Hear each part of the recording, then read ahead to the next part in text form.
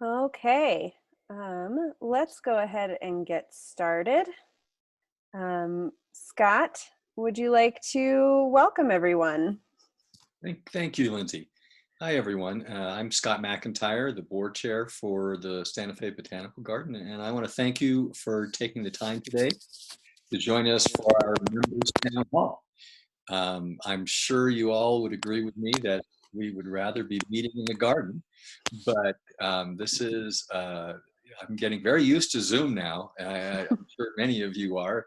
It seems to have come out of nowhere and taken over our lives. So our goal today is to get you up to speed on kind of where the garden stands in terms of our operations and our finances.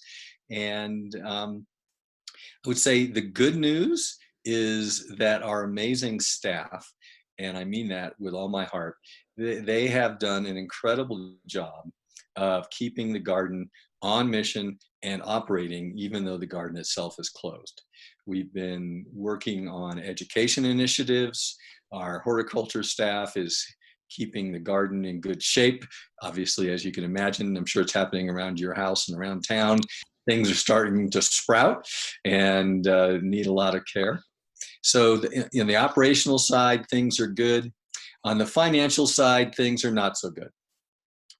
Our staff have all taken pay cuts. We've cut the budget by about 25% overall, but our revenues have fallen more than that. We rely on attendance, events, membership, and donations to keep going. We receive little to no government funding. So, as you'll hear more today, obviously we're not getting any attendance, and we've canceled or postponed all of our events, and we really don't know when that's going to change. We've had some good news on the financial front recently in terms of being able to increase our line of credit. Washington Federal, they've been a great partner for us through this whole process. But that's money that needs to be paid back. But it does help us. Does help us. Oops, should have turned my phone off. Sorry about that. And we have also applied for the small business loan and hoping to get some funding there. But those are both stopgap measures. So we're, every day talking about what do we need to do to make sure the garden survives through this, not just the plants, but the staff. And because we want to keep this great group of folks together so that when we do open, we become the place that continue to be the place that you've known to love. So with that, I'm going to pass it on to Clayton and take it away. Very good. Thank you so much, Scott, and welcome everyone. We're so pleased that you have taken some time this afternoon to sit in with us and examine how the garden is doing and how we're planning forward. I just appreciate Scott McIntyre so much as our board chair and his leadership, and our entire board of directors. They're so committed, and our extraordinary staff who have shown and absolutely risen to the occasion during this crisis to be nimble and to be adaptable and to pull together more than ever as a team. So we just appreciate everyone so much. And we appreciate you, our members, and our community of supporters for the garden. It really makes a difference, and we really could not do this without you. Let's look back a little bit before we look forward. The Botanical Garden, founded in 1987 with our two locations, has grown in recent years in size. We are now at 35 acres at the Leonard Curtin Wetland Preserve, and our Museum Hill Garden footprint has especially grown in acreage up to 20.5. So we are now overseeing and preserving 55 plus acres within these two sites. The garden's economic impact is significant, and especially since opening the second garden on Museum Hill in July of 2013. And so on an annual basis, because of the economic activity from the Botanical Garden, it is equivalent to 115 full-time jobs in the Santa Fe market, which is significant. as well as generating $320,000 in local and state tax revenue annually because of our economic activities. We feel very proud of that, and we really appreciate our community support to make that possible. Also, too, one thing that is so challenging sometimes in Santa Fe is for attractions and nonprofits to have a really strong engagement from the community and participation. And we are really fortunate in that New Mexico residents make up 43% of our total annual visitorship, which is really significant. And then the other 56% are from outside of the state. And one thing that's especially interesting to me about that is of that 56% from outside, it includes 38 countries who we have had an opportunity to welcome visitors from those countries since the gardens opened on Museum Hill. And our top 6 countries that send visitors our way are Canada is number 1, the United Kingdom, Australia, Germany, France, and Switzerland in that order. And we're especially proud, too, of the fact that since we've opened, the Garden on Museum Hill has engaged more than 75,000 students through different programming and hands-on learning experiences at both sites. So we're really, really fortunate in that regard. Also, too, I want to make you clear, if we can go to the next slide, we'll look at what kinds of steps has the garden taken. And Scott touched on some of these a little bit, but once we began to see the unfolding plateau of what was ahead of us with the COVID outbreak, we immediately responded, and we tried for a week or slightly more to move the garden to a different kind of admission system, and also to put social distancing fully in place. And we were able to do that, and able to do it with the blessing of the Department of Safety for the state of New Mexico and the governor's office. But still, as things continued to close down more, ultimately the garden had to close for the foreseeable future. One thing that I feel strongly in looking forward now that we've come this far, all of those efforts and thought that went in to try and reimagine how we do our frontline engagement of the public serves as a perfect model as the garden begins now to carefully and cautiously look toward reopening whenever we are allowed to do that. So we'll already have that model in place because of the efforts already made. We're very appreciative of the staff's work with us to create that kind of model. Also, too, as Scott mentioned, there have definitely been reductions in the budget by about 25%. And we were able to get there by either canceling or postponing programs or events. Lindsay Taylor is going to tell you much more about that deeper in this program. As well as much as we don't want to do it, we had to do it. Our frontline staff that work in the visitor center, because that visitor center is closed, we had to furlough that staff temporarily. So we have furloughed 7 staff members at this time.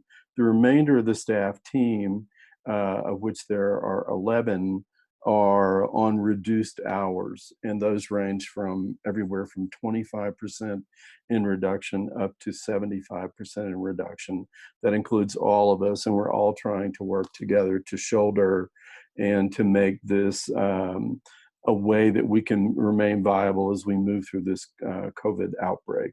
Also, too, we've been very successful, and I'm very proud of our education department. They've done an extraordinary job of reimagining how we deliver our educational programs for our community.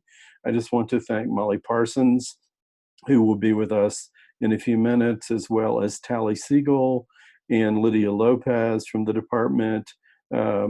Also Claire LaRose, who coordinates our volunteers. All of them together have worked so well to just sort of reimagine how we deliver the great programs, innovative programs that the garden creates for our community. Those continue to be online. We had another one this afternoon. And what we're seeing that's very exciting to me is the way the public has responded to that. And we often have between 50 and 60 individuals who are logged in and actually paid admission to participate in that program and to enjoy the learning that's offered there. So we're really, really pleased that that has become so successful. And clearly it's a model for the future that we will continue to use in a variety of ways.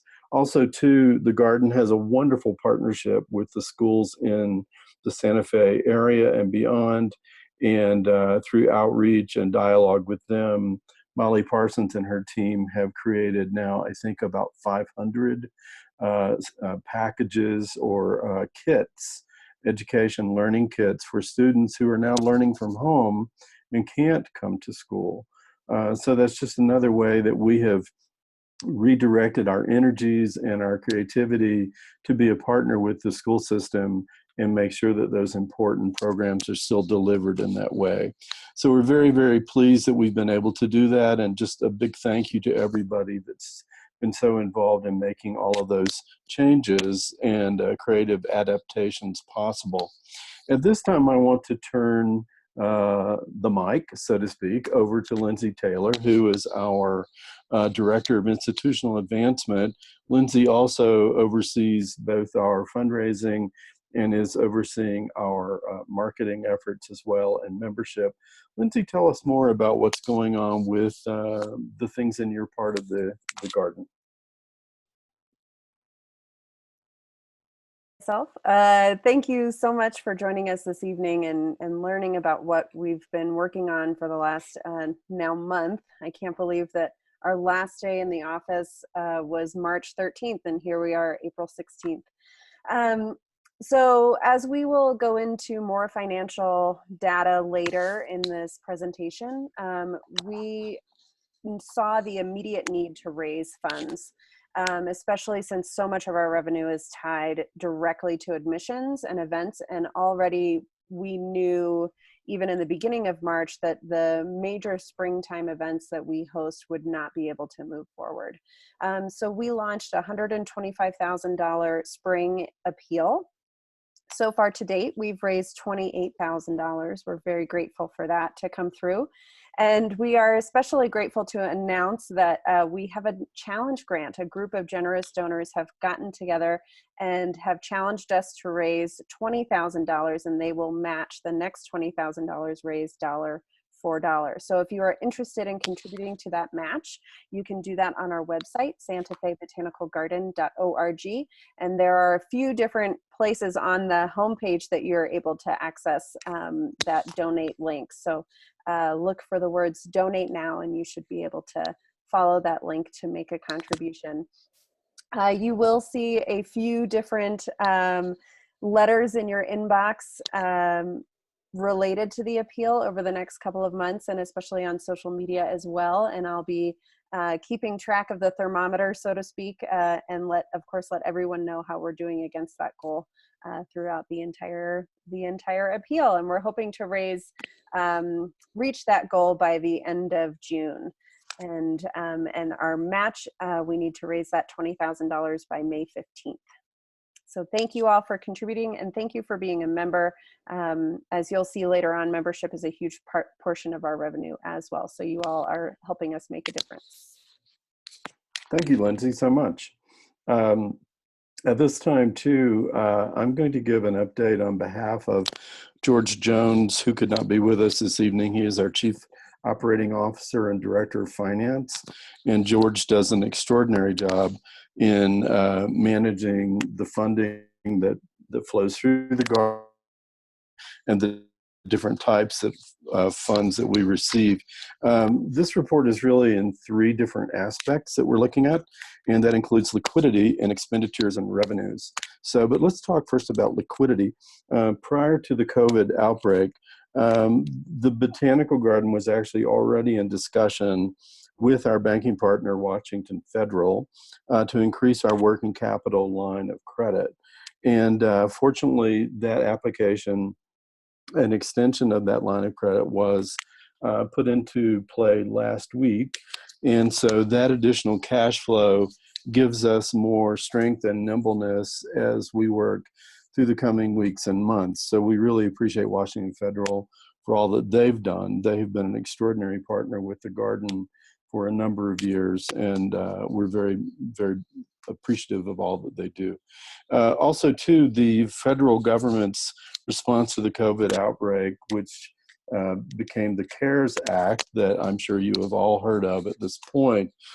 We worked with Washington Federal, which is a small business administration bank that works with those kinds of loans. And so because we already had that kind of relationship, we did do a successful application for a payroll protection program loan. Our application has been approved and our funding is still pending. So we're very hopeful about that and very appreciative of that opportunity.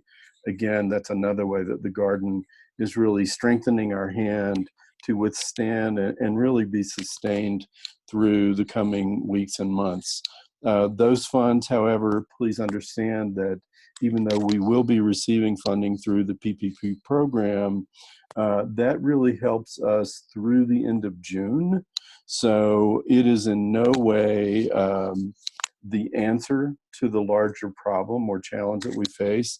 It is very much a short-term solution because it does involve borrowing more money. Some of it we will not have to pay back, but some of it that we will. So that's why an initiative like the Spring Appeal is so critical, and the sustaining support of our members is so critical during this time. Also, too, looking at expenditures, we have really worked very hard, the staff working in concert with our finance committee, to trim our expenditures to the extent that we can. And like Scott mentioned, we've trimmed about 25% of our total budget for this year already. And we realize that that is a work in progress and something that we are assessing on a daily and weekly basis. Our budget for this year is 1.1 plus million. So you can begin to do the math and see how much we've already trimmed that back.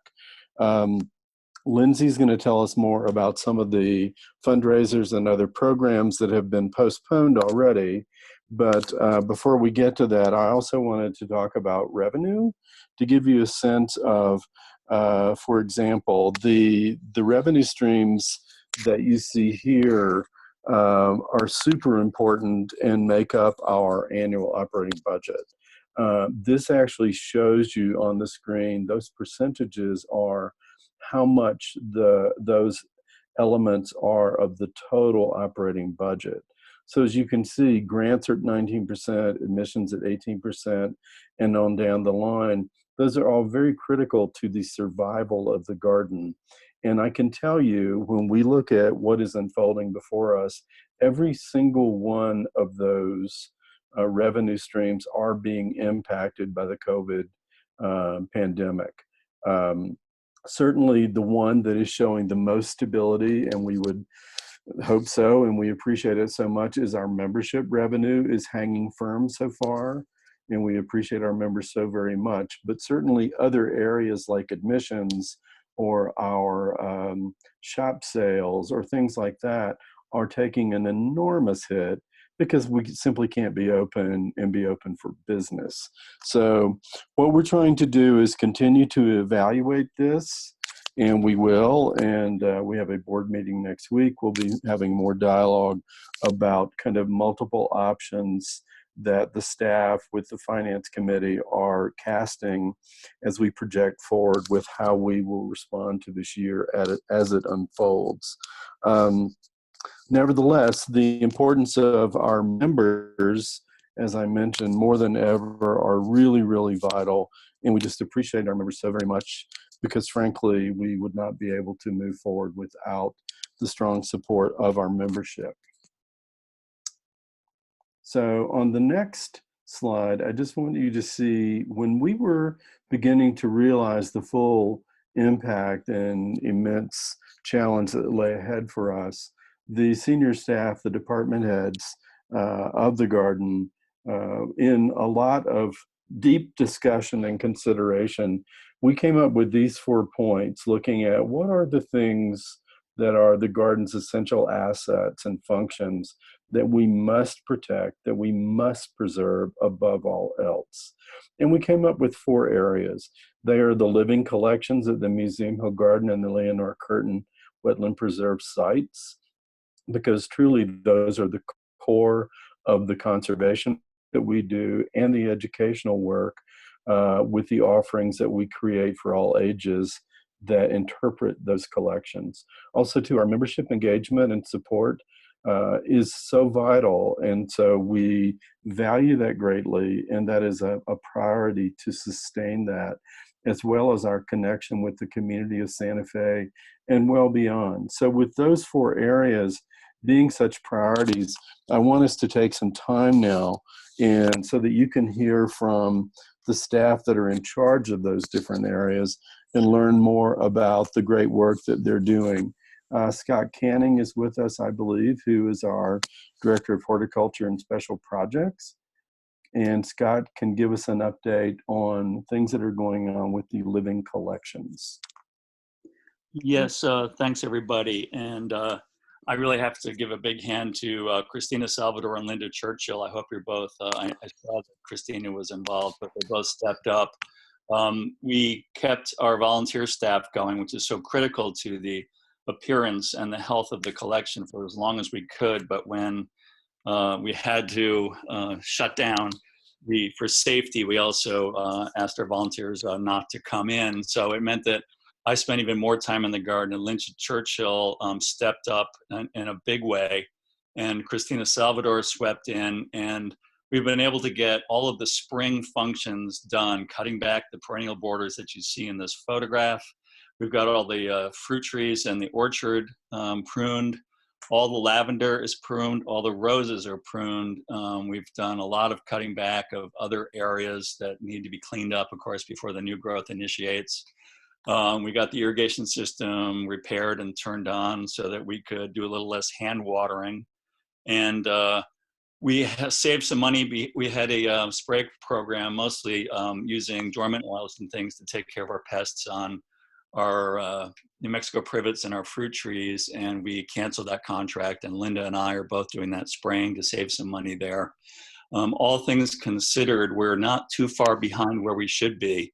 The real critical work has been accomplished to make sure we're ready for when we reopen. So I think all things considered, the garden looks really good, and we're in that respect, we're in pretty good shape, but I sure would like someday to get our volunteers back and then to reopen the beautiful garden. Scott, thank you so much to you and Linda Churchill and Christina Salvador for the great work you're doing, and for being nimble and being willing to flex and bend and do whatever work needs to be done to sustain the garden. Clearly, it is our most valuable asset. We really appreciate what you're doing. I think I can speak for all of us. It's our pleasure. It's a beautiful garden. That's great. Okay, at this time, as we go to the next slide, I'd like for Molly Parsons to weigh in.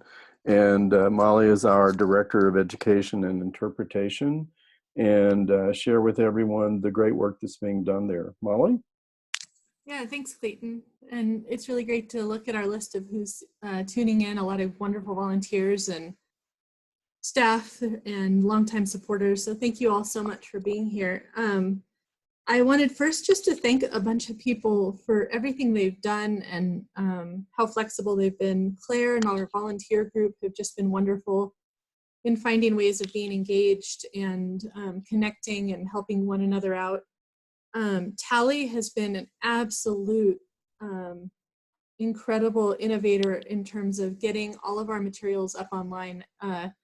We're actually getting calls from much larger botanical gardens around the country asking how it is that we've moved things online, and having them watch us, tune into our programs to see how it is that we're doing this. So big kudos to her for the classes that she's been putting online. Actually, earlier today, we had a class with David Solomon from Waterwise Gardens, who gave a talk on plants for climate change. And we had 60 people in attendance, and it was really wonderful. So Tally's just been an incredible rock throughout this. And same with Lydia Lopez, who's our early childhood educator. She immediately that first week when we were no longer able to come in, she had moved her program online. And despite spotty internet and other challenges, we were really enjoying seeing those kids every day morning. So if you know of any kids that need something to do on Friday mornings, we always put up a materials list, and they can follow along with activities. They get read a story. It's a lot of fun. And then we've got a few good things going on either with the schools and with our interns. So our interns that work with us over the summer, they still really want to be engaged. And a couple weeks ago, we distributed seeds that we want to grow in the garden this year, and planting trays and materials. So they're actually growing out some of the plants that we're going to be planting in the garden this year. I've been getting great pictures from them of little tiny basil seedlings and the like. And then we've been partnering with the Community Educators Network and the public schools. And actually, Clayton, I've got an updated number for you. As of tomorrow morning, we will have distributed 750 kits out to the schools. By next week, we should be well over 1,000. So there's a lot of kids out there that, even though all the kids in the Santa Fe Public Schools technically have a device at home, that doesn't mean that all of them have internet. About 10% of our kids don't. So we're trying to make sure that all of the kids that don't have connections to internet, and some of those that just want to do hands-on things, have things like magnifying glasses or seeds and other things that they can do experiments at home and really stay connected with learning and excited about learning. So thanks to everybody so much for their support, and I'm happy to answer any questions at the end. Molly, thanks so much for your team and the incredible work that you're all doing. And clearly the work of our education department is a core function of the garden, so important. And we just appreciate you so very much.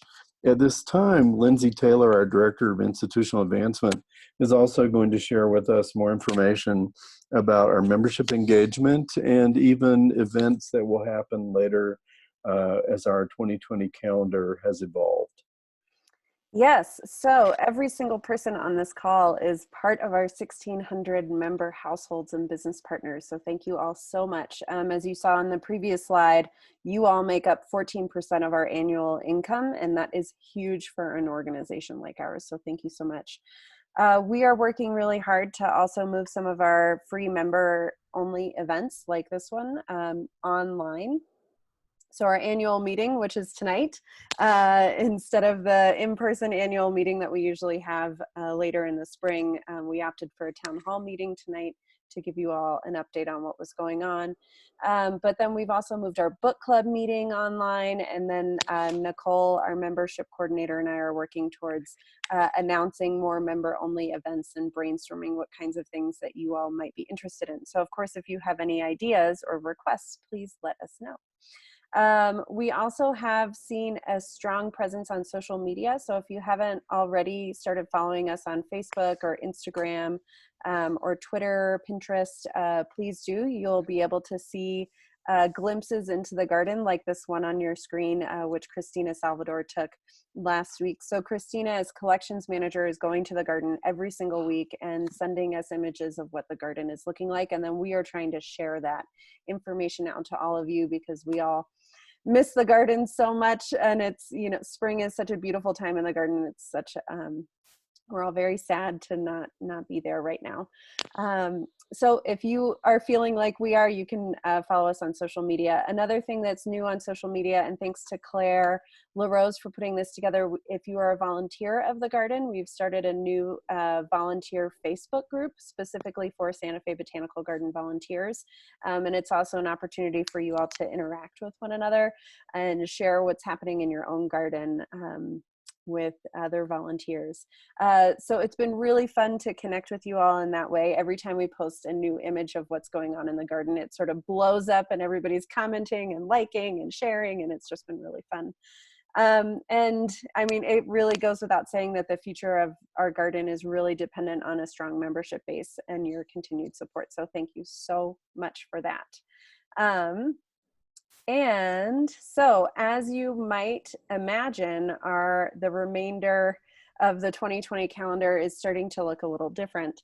And a big thank you to Cheryl Lockhart, our new events calendar, for keeping our events coordinator for keeping our events calendar under wraps. So events are a major part of our revenue stream, whether they are general public events like Glow or the Easter egg hunt or Shakespeare in the Garden, or fundraising events like Food for Thought, our Equinox Gala towards the fall. All of those are huge.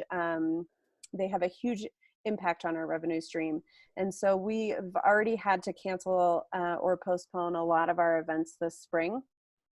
Food for Thought with Restaurant Martine, which was supposed to be March 19th, is postponed. We are still waiting on a date from Restaurant Martine to reschedule that, and we're hoping to reschedule that in the fall, and we'll let people know of that date. The Easter egg hunt was canceled, although Christina did send me a picture of Linda Churchill finding 2 Easter eggs from last year. So there was an Easter egg hunt in the garden this year, just by one person.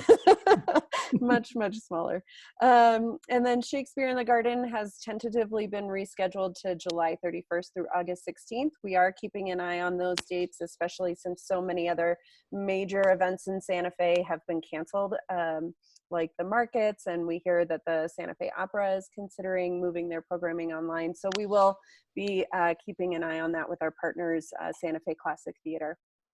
And then our art exhibitions have also been rescheduled or extended.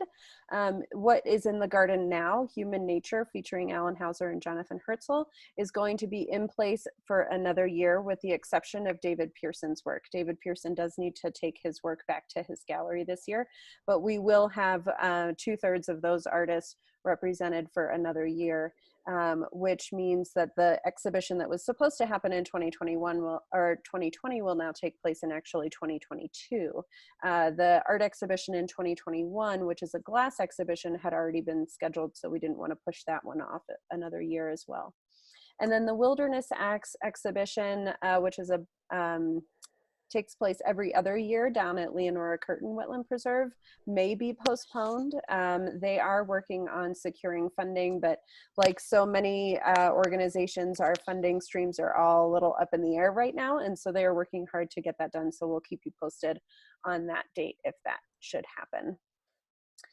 And so these remaining major events throughout the rest of the year, we're still looking at. The plant sales, both the spring and fall, we're not sure yet what would they look like, especially if these social distancing restrictions are still in place. So our horticulture team is working very hard to come up with some different alternatives and see what could be possible for these 2 events. Our summer concert series, Sunset in the Garden, would have normally kicked off in July this year. We actually pushed it back by 2 months, incidentally, to avoid some of those May snowstorms and the June heat. And so it was supposed to launch July 2nd. We are now thinking that the July 2nd date might be a little early. And if it were to launch, it would launch on July 16th. And so we are keeping an eye on that, especially if the restrictions end up being that businesses can open, but mass gatherings are still discouraged. All of these events would be impacted from those restrictions. Equinox, our annual fundraiser, is tentatively scheduled for September 17th at Site Santa Fe. We had actually planned to move it off-site this year based on some feedback from attendees, and actually reduce the ticket price so that we could enjoy more people at the event, which now is a little funny because of those mass gatherings. But we are keeping an eye on the Equinox event and hope, since that is a major fundraiser for us, we're hoping to have that event in some form, and we'll keep everybody updated about that. And Glow is tentatively scheduled for November 27th through December 31st. And we are hoping that COVID-19, if it dies down in the summertime, it will stay died down in the fall, and we won't have those restrictions, because Glow brings in about as much money as our summer admissions dollars. And so that is a really important event for us in the winter to sustain our efforts there. Thank you for that update, Lindsay. And I know we all join you in hoping to see these major events be able to still be offered as the year unfolds. And we're just hopeful, and we'll keep watching, and we'll certainly stay in touch with all of you, our members, as you connect with us, and we'll let you know how the year is unfolding so that you can engage with the garden as soon as possible. Also, at this time, I just want to remind all of you that are listening in today to our current annual appeal or spring appeal. And as Lindsay had mentioned earlier, we were so fortunate to be able to announce that we have a $20,000 matching gift from several generous donors. And I'm especially excited to be able to say that today we now have over 5,000 in new dollars that have come in toward fulfilling that challenge grant. So that is really exciting and gives us a nice boost as we move forward. Please keep in mind, all gifts of all sizes are important. No matter what you can contribute, it really, really makes a difference, and we really appreciate it. Our goal is to achieve the 125,000 mark by the end of June. So we're going to keep pushing hard. And with that, combined with the other things that we shared with you about undergirding the organization financially, we're trying very hard to make sure that at the end of this year, the Santa Fe Botanical Garden is still vital and reflects the opportunities that we've offered, and is still very much the organization that you know and love. So know that we are working with you to make sure that that happens. At this time, we also would like to hear from you directly, and Lindsay is going to coordinate with all of you that are on the town hall today regarding your questions, so that we can discuss and see what you have on your mind. That's right. So if you have questions, go ahead and submit them via the chat function. You might have seen a little flashing orange light pop up on your screen when somebody has sent a chat to everyone. I know Cheryl just wrote, "Yay, Glow!" So you might have seen a little orange flashing button. That is your chat function, and you're welcome to click on that and submit any questions. And of course, if you have any questions at the end of the segment here, or you wake up in the middle of the night and you come up with a question, you can always email us, and we're happy to answer that for you. But yeah, so we'll just wait a few minutes and let those questions roll in. The first one is from Suzanne Lee, and she is asking, can you give us an update on Pinyon Juniper Woodland? Is that supposed to open later this year? And Clayton, do you want to take that call or that question? Sure, I'm happy to. We are so proud to be moving forward with the Pinyon Juniper project, and because of our current situation, we have had to press the hold button for now because of the dire circumstances that all nonprofits are facing. And so for the time being, for the the immediate future, we are really, really concentrating hard on making sure that we have the operating funds that we need to sustain the educational output that we create for the community, as well as take care of that wonderful horticulture collection that we all so treasure. However, when we see our way clear, and I feel sure that we will, we just don't know when yet, we will come back to the Pinyon Juniper project, because it's so valuable. It's such an important new resource for the Museum Hill Garden to add. And at this time, we have taken several steps forward. We have now created and done the modification of the retainer wall where the new entrance will be, connecting Osamanus and Pinyon Juniper Woodland. That part is already done, minus the gate that will be the official gate. We've also done the perimeter fencing all the way around to secure that site. So that is done as well. Also, the pathways and walkways have been designed and laid out so that we know exactly where they're going to go. And so the project for now is on hold, but yet, trust me, it is a super high priority, and we will get back to it as quickly as we can because we so want to finish it soon. Thank you. And a similar question to that from Laurie. After we get through the short-term challenges, what are the longer-term plans for the garden's expansion? Well, I would say, and Scott, that you may want to weigh in here as well, both Scotts, but we have been working over the past year and a half, and I think some of you may know this, on master planning for the Museum Hill campus, because we've been able to expand the footprint of acreage and bring that up to just under or just over 20 acres. We have been working with Lake Flato Architects and Didier Design Studio to do a comprehensive master plan that really helps us realize how to best use this expanded acreage on Museum Hill. Ironically, we were just about to get a final presentation from our architects team at the upcoming April meeting. However, because of the COVID outbreak, as well as all the restrictions on public gathering and all that, we have tabled that for now.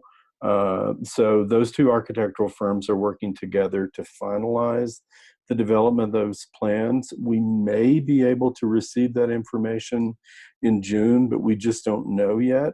But certainly as soon as we receive it and the board has had an opportunity to do a final review of it, we will look forward to rolling that out to our membership and to the community so you can all see what those longer range plans for the Museum Hill Garden look like. Okay, so Scott? go for it, Scott. Well, if I can just provide a little bit of historical perspective. We, at Wadefield, the last garden I was part of before joining the Santa Fe Botanical Garden, we undertook a master plan and a strategic plan that completed after a year of work in the late spring, early summer of 2007. So you know what happened later that year. So I'm not unfamiliar with having something unexpected come and change the time frame. We actually continued later on with the things we had dreamed about. But once again, historic events beat us and made us table that for a while. But again, later on, we took back the initiative and completed a lot of those dreams. I know we'll do the same thing here at Santa Fe. Agreed. So another question came in from Susan McGarry, which I'm happy to answer, which is, I've been a longtime member, but somehow I missed the spring appeal. How was it promoted? It's very important for all of you to know that this appeal will not appear in your mailbox because we don't have access to our office building right now. We don't have a mechanism for printing. So if you've given in the last couple of weeks, or if you've renewed your membership in the last couple of weeks, you might have noticed that your letters are appearing in your email inbox via PDF. And so this appeal is going to be done electronically. And so it was included in the last two email newsletters that went out on March 31st and also yesterday on April 15th, and also on our social media pages. So please keep an eye out for that. We are going to be sending out another email tomorrow announcing the match to our broader email list, so you can keep an eye out for that. Or if you would like to participate in the appeal, you can go to our website, santafebotanicalgarden.org, to make a contribution. And another comment from Rick Herman. Thank you, Rick. He says, congratulations to every member of the team, the board, donors, supporters, partners, and members for the resolve and passionate commitment that each of you demonstrate. Best wishes. Thank you, Rick. Thank you. Okay. We will wait just a few more minutes to make sure that no other questions are coming in.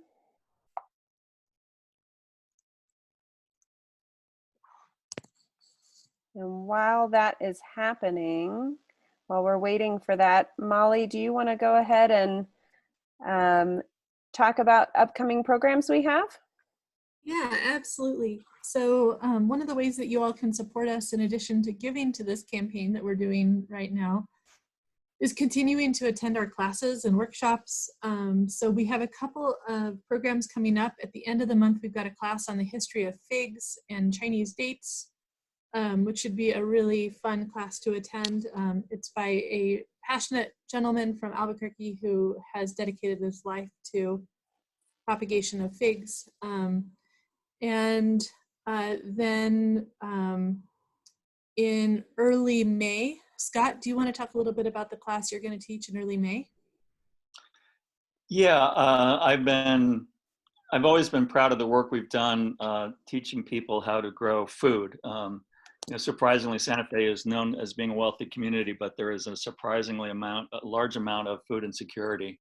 And the difference it can make for a family to learn how to grow food, even on a 4 foot by 4 foot, just 16 square feet. It's incredible how much food you can grow, and it improves your connection to nature.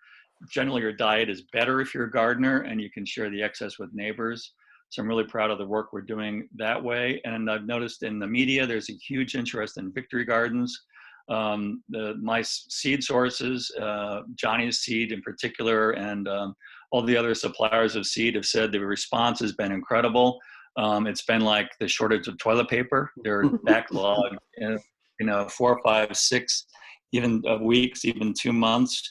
So there's a really strong demand out there. But starting a vegetable garden is more difficult than a flower garden. So I'm hoping that Molly and I put together a program that shows people with very little upfront cost how they can create a 4 by 4 foot victory garden and avoid some of the pitfalls. And it's especially difficult in New Mexico, which doesn't have soil to begin with.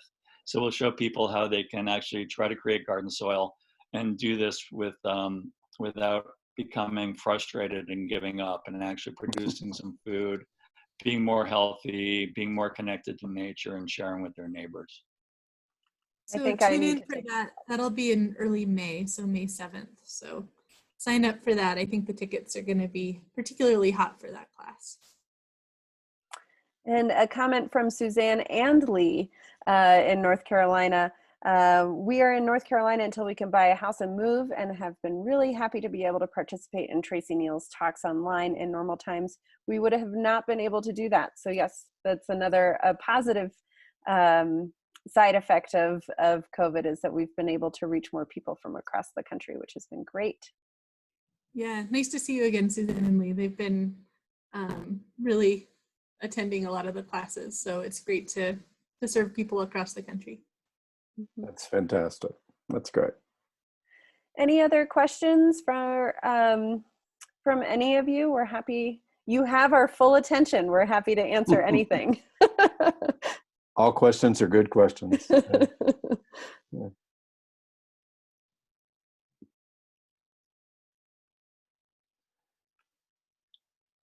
Okay, great. Well, as I said, if you wake up in the middle of the night and you think of a question that you'd like to ask, you are welcome to go ahead and email me. And so this next slide will have my email address if you don't have that already. Also, a recording of what you have just seen will go out in tomorrow's email as well to our broader list, so that way everybody is able to stay apprised as to what we're up to, and hopefully will be motivated to contribute to our $20,000 challenge. We're very excited about that. Absolutely. Scott McIntyre, do you have kind of closing remarks for us? Sure. Well, I hope you've heard today what I've been seeing for the last couple of months, which is the dedication and innovation that our staff has shown. It's really, in my mind, as important as the garden itself is keeping this staff together. Each one of them really brings a lot to the table. And I know, the board will be meeting again next week. We are committed to doing what we have to do to keep the garden operating as much as we can. And there's going to be some, the staff has already made some difficult decisions. There are probably difficult decisions ahead of us.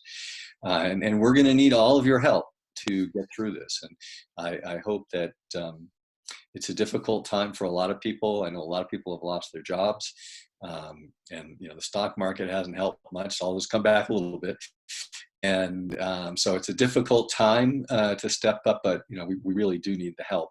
And particularly as this year goes on, if we're not able to hold events and stay open and get some attendance revenue, this is going to be a very tough year. So I want to thank you all for joining us today. And again, I want to thank our staff for all the work they've been doing. It's really incredible. Thank you very much. Thank you, Scott, and for your leadership, and to everybody for joining us today. We just appreciate you so very much. We're very grateful for your support and your passion for the Botanical Garden. And we just wish you all well, and stay healthy and stay in touch. Okay? Take care, everyone. All right. With that, we will go ahead and end today's presentation. Thank you all for attending.